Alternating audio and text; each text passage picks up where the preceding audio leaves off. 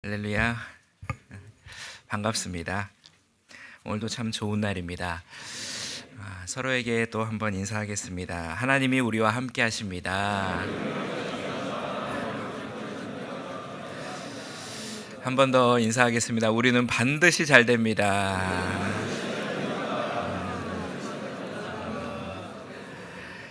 하나님이 우리 장로님들과 함께 계시고 하나님 평생의 삶을 인도해 줄 줄 믿습니다.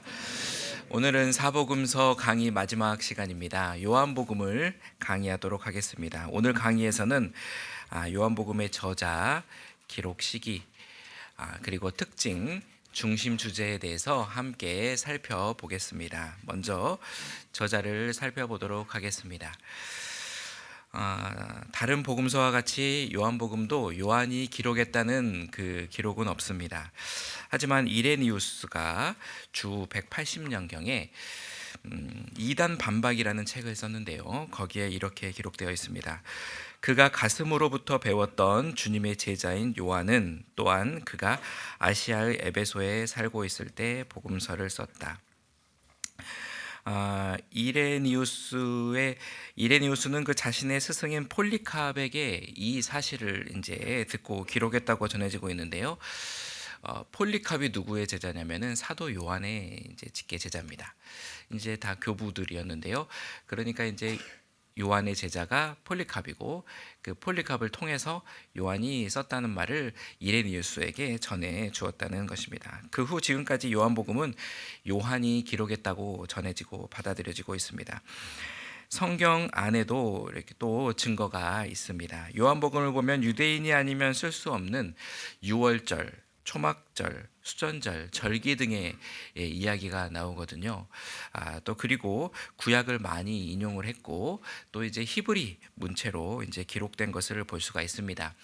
또 그리고 요한복음 안에 보면은 실로암의 위치나 성전의 구조를 묘사하는 부분을 볼 때 그것을 아주 잘 알고 있는 사람이다라는 것을 우리는 알 수가 있습니다. 그리고 결정적으로 요한복음 19장 34절 35절에 예수님의 십자가 사건을 직접 목격한 사람이었다라는 것입니다. 여기에 보면은 이제 그중 한 군인이 창으로 옆구리를 찌르니 곧 피와 물이 나오더라. 이를 본 자가 증언하였으니라고 하죠. 요한복음의 기록자는 예수님이 십자가에 못 박히는 장면을 직접 목격한 사람이라는 것입니다. 12제자 중에 예수님의 십자가에 달리는 것은 요한밖에 없었죠. 그리고 몇몇의 여인들이었는데요. 그래서 이러한 외적 증거와 이제 내적인 이제 힌트 증거들을 볼 때 요한이 기록했다라고 추정을 하고 있습니다. 이제 기록 시기에 대해서 함께 살펴보도록 하겠습니다. 요한복음은 공간복음인 마태, 마가, 누가복음보다 더 늦게 기록되었습니다.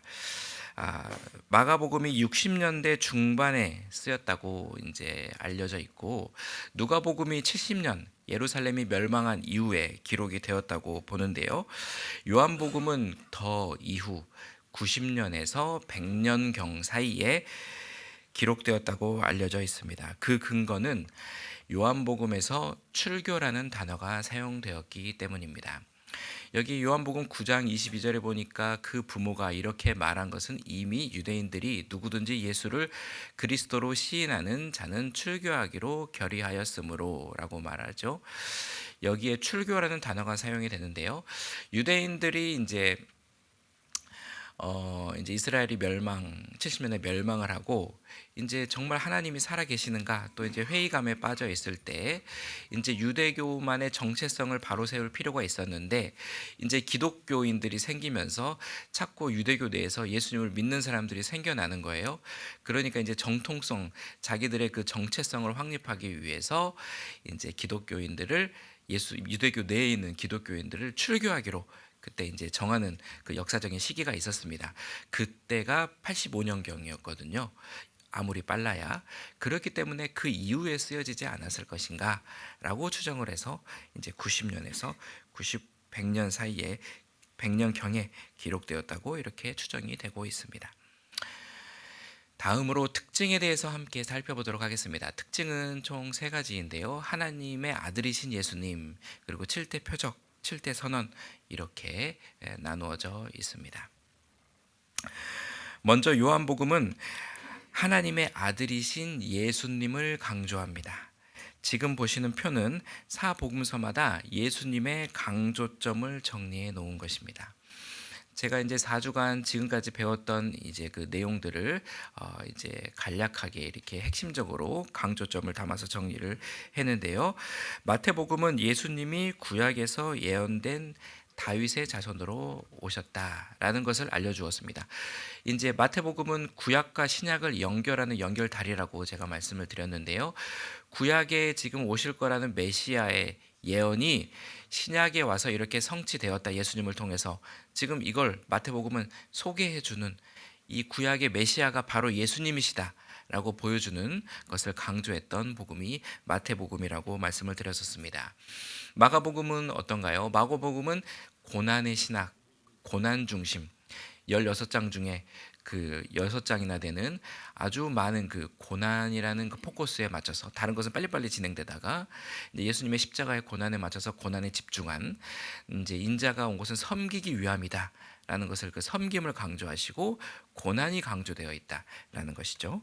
그리고 누가복음은 예수님은 가난한 사람을, 소외된 사람을 불쌍히 여기시고 그들을 다 이제 사마리아인들 다 품으시고, 그리고 이제 사람으로 오셔서 기도하고 성령으로 충만하여 사역하신 장면, 그리고 이제 부르짖어 하나님께 기도하여 땀방울이 되도록 기도하는 장면, 이게 사람으로 오신 예수님의 모습을 잘 나타내준다라고 한다면, 요한복음은 하나님의 아들이 강조되었다는 것입니다.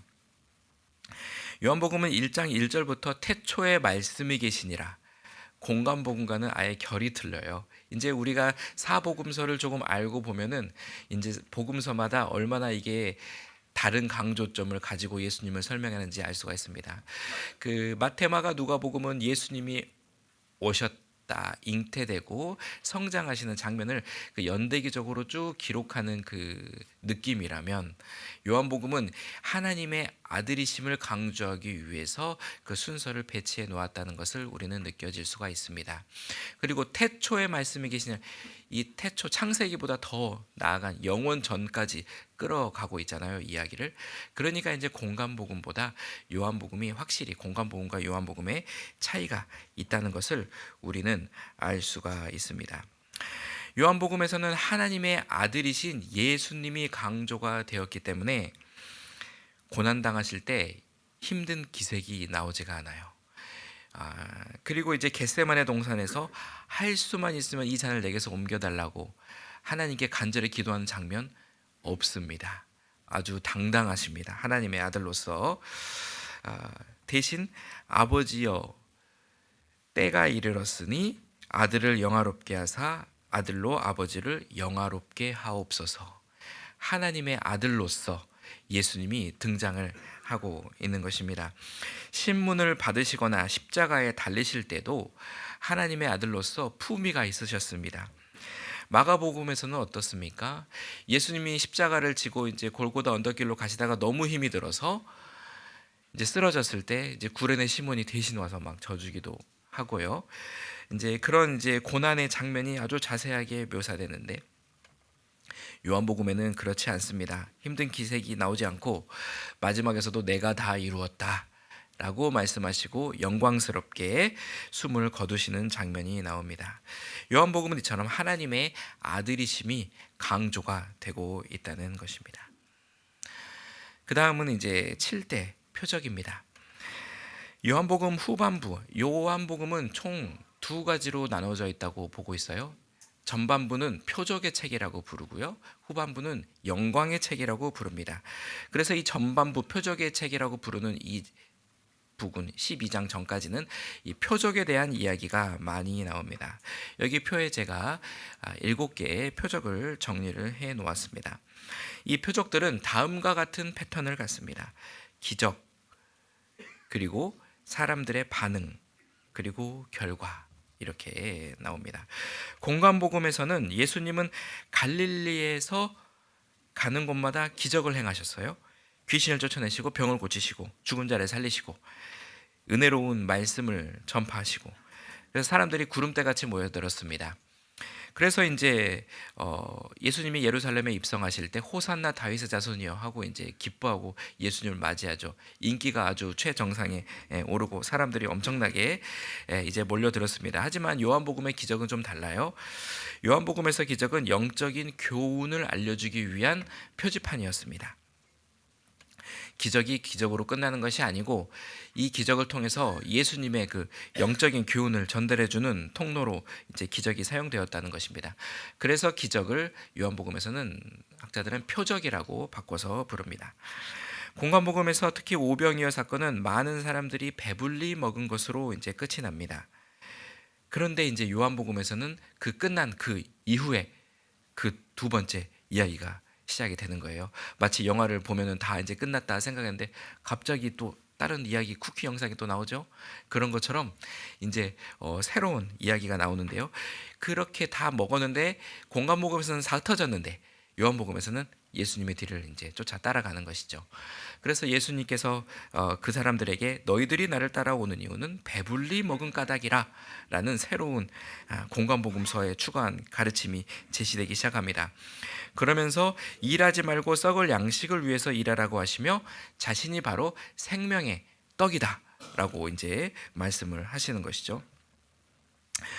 이제 그러면서 이제 사람들에게 내 살을 먹고 내 피를 마셔야 한다라고 말씀하시니까 이제 사람들은 이제 혼돈을 이제 겪기 시작하는 것입니다. 영적인 교훈을 이해할 수가 없어요. 그래서 내 살을 먹고 내 피를 마시라니 도대체 이게 무슨 말이냐 하면서 사람들이 다 떠나가 버리고 말죠. 그리고 이제 결국에 12명만 남았는데 예수님은 12 중 너희 중에 한 명도 마귀다라고 말씀을 하십니다. 그러니까 이제 공관복음은 이제 기적 이야기가 해피엔딩으로 끝나는데 이렇게 이제 요한복음은 약간 이제 비극을 암시하는 이제 이야기로 끝나버리고 말게 되는 것입니다. 그래서 이제 요한복음에서는 좀 이제 깊이 생각해야 될 것들이 이제 많이 나오는 거예요. 요한복음에 나오는 사람들처럼 기적만 따라가다가 굉장히 열정적인 것 같이 보이지만 결정적인 순간에 예수님을 떠나버릴 수도 있는 거구나라는 것을 우리가 이제 알게 되게 되는 것입니다. 요한복음은 오늘날에도 기적이 필요하지만 기적보다 더 필요한 것은 예수님을 믿는 믿음이라는 것을 가르쳐 줍니다. 믿음은 들음에서 나고 들음은 그리스도의 말씀에서 나온다고 말씀하셨기 때문에 우리 장로님들은 더욱더 하나님의 말씀을 더욱더 가까이 하여 믿음의 사람이 되시기를 바랍니다. 믿음으로 하나님께 인정을 받고 세상을 이기며 살아가는 우리 장로님들이 다 되시기를 바랍니다. 그 다음으로 이제 7대 선언. 예수 공관복음에서는 그 이 선언이 이제 긴 이야기식 비유가 나왔습니다. 하여튼 이야기가 있었어요. 이제 부자와 나사로, 그리고 이제 그 탕자의 이야기처럼 이렇게 뭔가 이렇게 굉장히 에피소드가 있었는데 이제 요한복음은 그렇지 않습니다. 요한복음은 나는 무엇이다라고 이제 7가지 비유를 통해서 자기 자신을 이렇게 계시하는 장면이 많이 나옵니다. 이제 나는 무엇이다. 에고 에임이라는 것인데요. 에고는 나는, 그리고 에이미는 무엇이다라는 그 헬라어예요. 그러면은 이제 이것이 출애굽기 3장 14절에 하나님이 모세에게 자신을 계시할 때 사용했던 그 70인역 그 단어와 똑같습니다. 출애굽기 3장 14절에 보면 하나님이 모세에게 이르시되 나는 스스로 있는 자이니라. 또 이르시되 너는 이스라엘 자손에게 이와 같이 이르기를 스스로 있는 자가 나를 너희에게 보내셨다 하라. 여기서 나는 스스로 있는 자라고 하나님께서 자기 자신을 나타내지 않습니까? 이거와 똑같은 패턴으로 요한복음에서도 나는 무엇이다. 나는 무엇이다. 이렇게 자신을 하나님의 아들로서 이렇게 신적인 계시를 해주고 있는 것입니다. 자, 그 다음 이제 중심 주제에 대해서 함께 살펴보도록 하겠습니다. 먼저 중심 주제로 처음으로는 서로 사랑하라는 것입니다. 요한복음의 이제 사랑의 사도라고도 불리죠. 그래서 이제 요한복음에서의 이제 제자는 사랑하는 사람입니다. 이제 누가복음과 요한복음을 이제 비교하는 이제 그 구절이 있는데요. 누구든지 자기 십자가를 지고 나를 따르지 않는 자도 능히 내 제자가 되지 못하리라. 공간복음에서는 예수님의 제자는 무엇입니까? 십자가를 지고 예수님을 따르는 자, 이 사람이 이제 제자였습니다. 그런데 요한복음에서는 너희가 서로 사랑하면 이로써 모든 사람이 너희가 내 제자인 줄 알리라. 그러니까 이제 십자가가 아니라 사랑하는 사람이 바로 제자이다 라고 이제 바꾸어서 제자도를 강조를 하고 있죠. 이제 그렇기 때문에 우리가 이제 예수님을 따르는 삶은 이제 사랑함으로써 나타나야 된다는 것입니다. 요한일서에 하나님은 사랑이라 라는 말씀이 있죠. 사랑이신 하나님이 우리에게 자신의 생명을 주셨기 때문에 이제 우리는 사랑으로 창조가 되었습니다. 사랑을 가지고 있는 사람이 사랑을 받은 게 아니라 하나님 자체가 사랑이시고 그 하나님께서 우리를 창조하셨기 때문에 우리는 이제 완전히 사랑의 속성을 가지고 있는 사람이기 때문에 이렇게 서로 사랑하라고 명령형으로 말씀을 할 수가 있는 것입니다. 그래서 성경에서는 사랑하는 마음을 달라고 하나님께 기도하라는 말씀이 없죠. 그냥 사랑을 하라고 권유하지도 않습니다. 사랑을 하라라고 명령합니다. 왜냐하면은 우리는 사랑할 수 있는 사람들이기 때문에 그렇습니다. 예수님의 십자가의 은혜로 우리를 그 사랑을 믿음으로써 우리는 구원받을 때 하나님의 사랑이 우리 마음 가운데 이미 부어져 있기 때문에 우리는 전부 모든 사람을 사랑할 수가 있습니다. 그래서 원수까지도 사랑할 수가 있기 때문에 이렇게 사랑을 요한복음은 사랑하라고 강조를 하고 있는 것입니다. 그 다음 이제 중생입니다. 중생은 이제 요한복음 중심 주제라고 보기는 어렵지만, 그리고 이제 신약 성경에서 가장이라고 하기가 좀 아주 중요한 주제 가운데 하나입니다. 그리고 이제 여의도 순복음교회가 이제 오중복음 중에 첫 번째가 중생 아니겠습니까? 그래서 이제 중생을 제가 좀 설명하려고 이제 PPT를 가져왔습니다. 이제 그 니고데모와 예수님의 대화인데요. 어느 날 밤중에 니고데모가 예수님을 찾아왔습니다. 그래서 니고데모는 예수님이 행하는 표적을 보고 이제 굉장히 놀랐어요. 그런데 예수님께 찾아갈 수가 없었습니다. 왜냐하면은 그 당시에는 이제 출교를 하고 있었잖아요. 그러니까 이제 대놓고 또 바리새인이고 유대인의 지도자격인데 이제 예수님의 기적을 보고 깜짝 놀랐는데 찾아갈 수가 없었어요. 그래서 이제 밤중에 이제 찾아가게 되었던 것입니다. 그래서 당신이 행하는 이 표적은 아무도 할 수 없다. 이 표적을 도대체 어떻게 행하는 것이냐라고 이제 물어보았는데 예수님께서는 이제 진실로 너에게 이르노니 사람이 거듭나지 않으면 하나님의 나라를 볼 수가 없다. 라고 말씀을 하시죠. 여기서 거듭나다. 이제 거듭이라는 말이 아노센. 이게 이제 헬라어인데요. 이제 이게 두 가지 의미를 가지고 있습니다. 그러니까 우리나라 밤도 먹는 밤이 있는가 한편 이제 어두운 밤이 있지 않습니까? 이런 의미가 다른 의미를 가지고 있는데 하나는 다시, 하나는 위로부터라는 거예요. 그래서 이제 거듭나지 않으면 다시 할 수 없다니까 니고데모가 그러면 어떻게 태어날 수 있습니까? 다시 모태에 들어가야 됩니까? 이 니고데모는 어떻게 이해했습니까? 니고데모는 다시라는 뜻으로 이해했습니다. 다시 태어나는 거를 말하는 거예요. 근데 예수님은 위로부터 태어나야 된다는 것을 얘기했거든요. 그러니까 이제 예수님이 이제 잘 못 알아들으니까 이제 쭉 설명을 이제 해주십니다. 그래서 이제 물과 성령으로 태어나야 된다라는 것입니다. 위로부터 성령을 통해서 태어나야 된다. 하나님의 나라 천국에 들어가기 위해서는 예수를 믿고 영적으로 다시 태어나야 된다라는 것을 이제 설명을 하고 있는 것입니다. 예수님을 믿게 되면 우리는 육이 아니라 영이 다시 태어나게 된 존재가 되는 것입니다. 성령을 통해 우리의 속 사람이 새로워졌다는 것입니다. 눈에 보이지 않아서 이성적으로 깨달을 수가 없지만 우리는 실제로 성령을 통해서 영이 새롭게 거듭나와서 새로운 피조물이 되었습니다. 그러니까 이제 니고데모가 이제 이거를 이제 이해할 수가 없었습니다. 그러니까 이제 예수님이 놀랍게 여기지 말라고 하면서 바람이 어디서 와서 어디로 가는지 알지 못하는 것처럼 성령으로 난 사람도 이러하니라. 그러니까 이제 이게 다 이해할 수가 없다는 것이죠. 이렇게 이성적으로는 다 이해할 수 없지만 우리는 이제 바람이 이제 소리가 들리거나 이 바람이 불면 머리카락이 흔들리는 것처럼 이제 영적인 것은 이렇게 이성으로는 이해할 수 없지만 실제하는 것이다라는 것을 이제 니고데모에게 알려주셨던 것입니다. 그래서 이제 보혜사, 그다음 보혜사 성령님에 대해서 함께 살펴보도록 하겠습니다. 먼저 보혜사 성령님은 총 4가지 정도로 나눠볼 수가 있는데요. 먼저 보혜사 성령님은 또 다른 보혜사이십니다. 한번 따라해 보겠습니다. 또 다른 보혜사.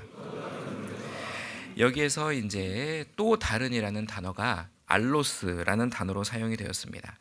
이 알로스, 또 다른이라는 그 단어도 2가지가 있는데요. 여기에 알로스라는 단어가 있고 헤테로스라는 단어가 있습니다. 예를 들어서 사과를 먹고 있을 때 다른 과일 좀 줘. 그러면은 똑같은 사과를 갖다 주면 이거는 알로스, 같은 사과를 준 거. 근데 사과를 먹고 있는데 다른 과일 좀 줘 하니까 배를 갖다 줬다. 이건 다른 거잖아요. 이건 헤테로스, 이런 겁니다.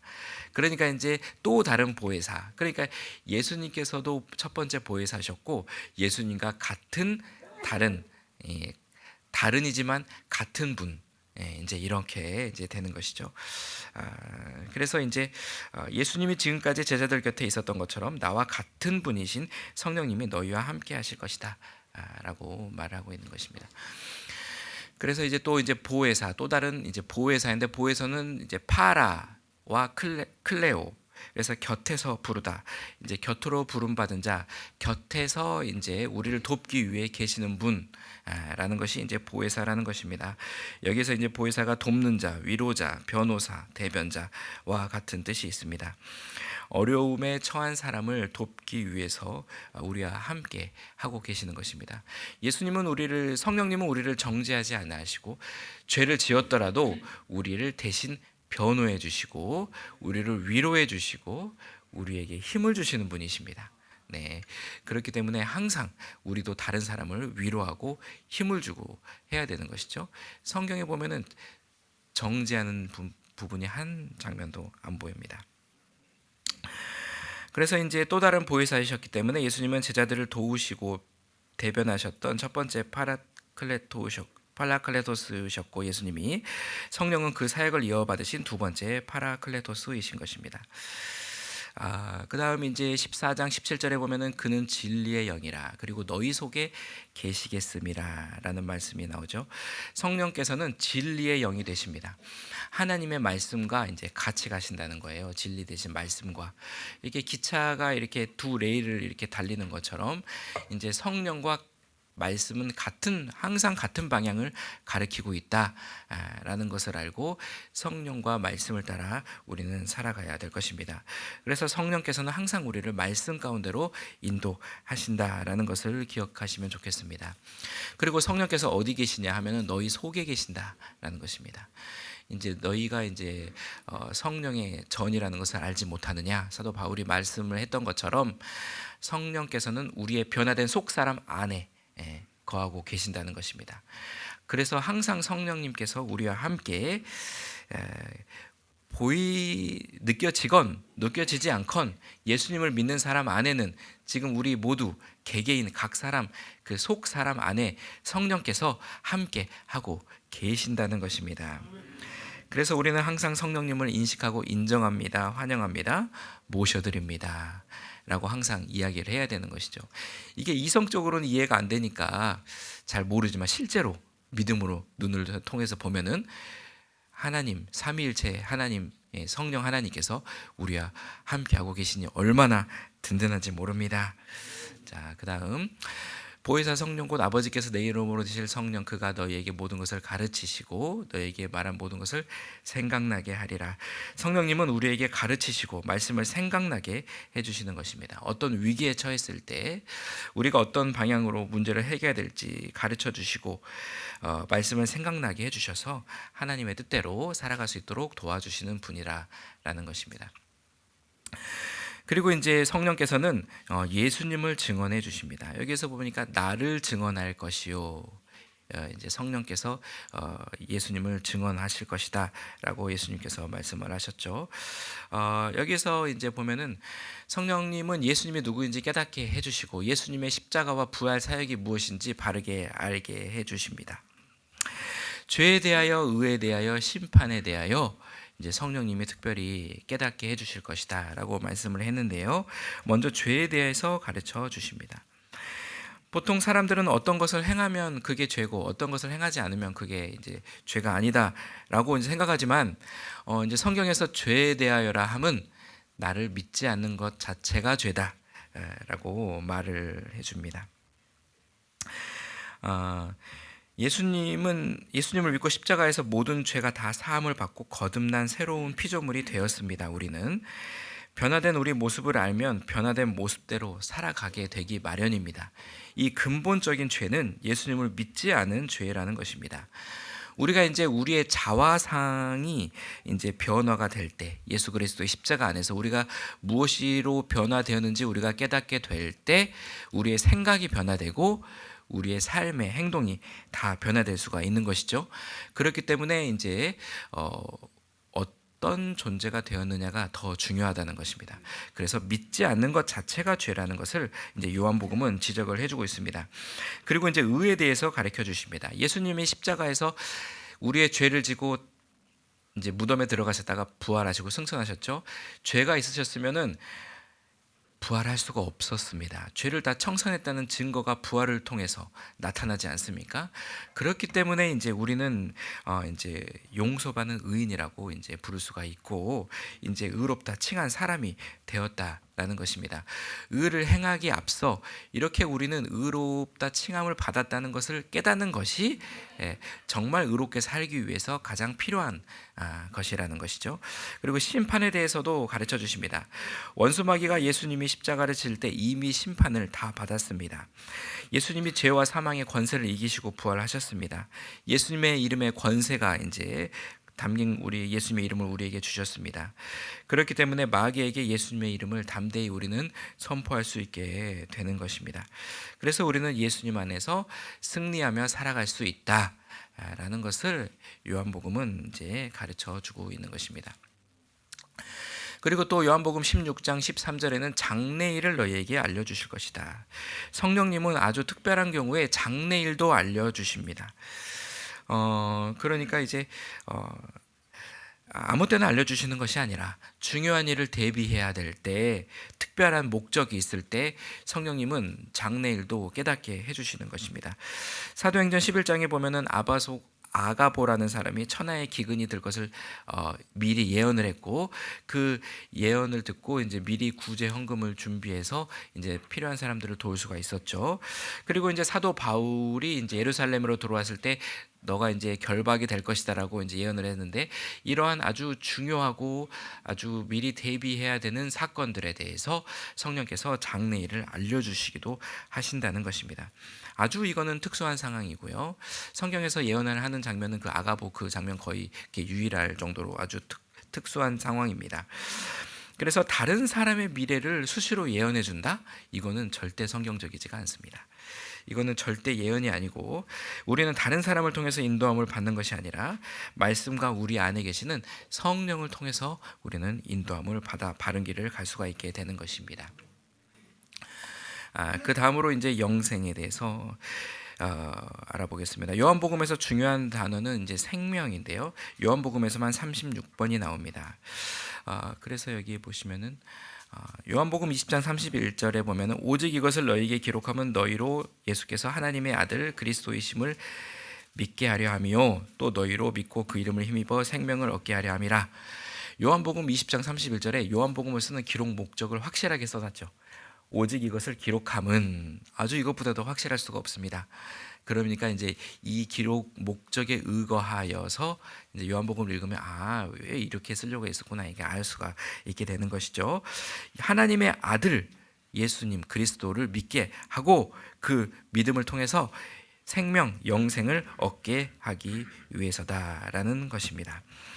예수님이 하나님의 아들 그리스도이심을 믿게 하고 하나님의 이름을 생명을 얻게 한다는 것이 이제 아주 중요한 내용이라는 것입니다. 이게 비단 요한복음만의 중요성이 아니라 성경 자체에서 강조하고 있다는 것이죠.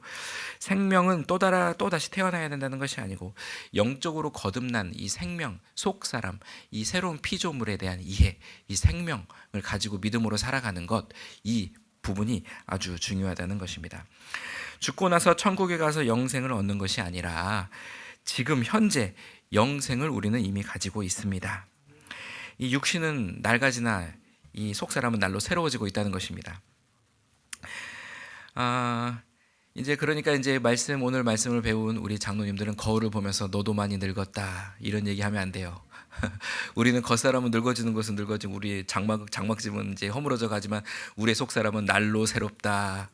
거울을 보면서 날로 새로워지고 있구나. 이런 믿음의 생각을 이제 하면서 살아야 되는 것입니다. 우리는 결코 늙지 않습니다. 날마다 새로워질 뿐입니다. 네, 할렐루야. 이 영적인 생명은 완제품이 아닙니다. 전자레인지 같이 배송돼서 완제품이 아니라는 거예요. 이제 생명입니다. 갓난아이가 완전하게 손발, 눈, 코, 입 다 가지고 태어나죠. 완전하게 우리는 새 생명이 되었지만 이 생명이 성장해야 될 필요가 있어요. 하나님 말씀을 통해 성장할 수가 있습니다. 그래서 우리는 이 땅에 살아가는 동안 믿음으로 행하며 날마다 이 영적인 성장이 일어나야 되는 것입니다.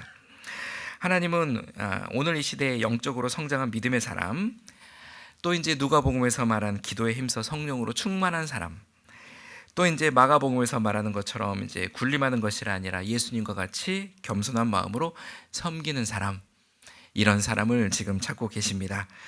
날마다 말씀을 묵상하고 보혜사 성령님의 도우심을 받아 하나님의 뜻을 깨달아 날마다 영적 성장을 이루어서 하나님께 크게 쓰임 받는 우리 장로님들이 다 되시기를 예수님의 이름으로 축원합니다. 네, 이제 기도하겠습니다. 하나님 감사합니다. 4주간 사복음서를 통해서 말씀을 더욱더 가까이 배우게 하시니 감사합니다. 날마다 말씀을 통해서 하나님의 뜻을 깨닫게 하시고 영적으로 성장하여 하나님께 크게 영광 돌리는 우리 모든 장로님이 될 수 있도록 인도하여 주시옵소서. 감사드리며 예수님 이름으로 기도합니다. 아멘.